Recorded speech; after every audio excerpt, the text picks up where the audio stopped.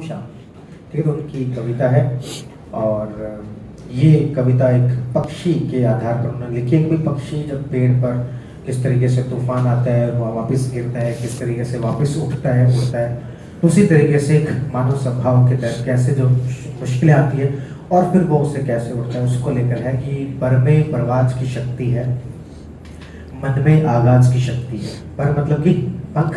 पर में परवाज की शक्ति है, मन में आगाज की शक्ति है, चोंच में तिनका डाले, डाली पर दो आंखें तकती है, वो देख वो परख रही है तूफान के बाजू में कितनी ताकत है,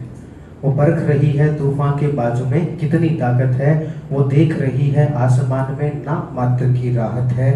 पर लगी सांस जब फूलने तो तूफान ने मौका लपक लिया, आसमान की उम्मीदों को ला धरती पर पटक दिया, पर झाड़ रही धूल परोसे रगों में गजब रवानी है, चोट खाने के बावजूद उड़ने की ललक पुरानी है, गलत करूंगा साबित सबको यहाँ कोई अरिहंत नहीं, गिर जाना मेरा अंत नहीं, गिर जाना मेरा अंत नहीं।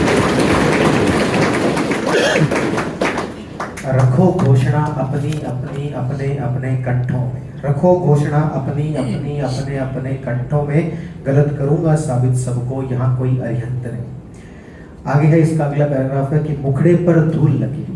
मुखड़े पर धूल लगी माना, माथा फूटा माना लेकिन, गालों पर थप्पड़ खाए हैं जबड़ा टूटा माना लेकिन, माना कि आते अकड़ गई पसलियों से लहू निकलता है, घिस गया है कंकर में घुटना मिर्च सरीखे जलता है, माना कि सांसें उखड़ रही और धक्का लगता धड़कन से, लो मान लिया कि काम गया है पूर्ण बदन अंतर मन से, पर आंखों से अंगारे नथनों से तूफान लाऊंगा,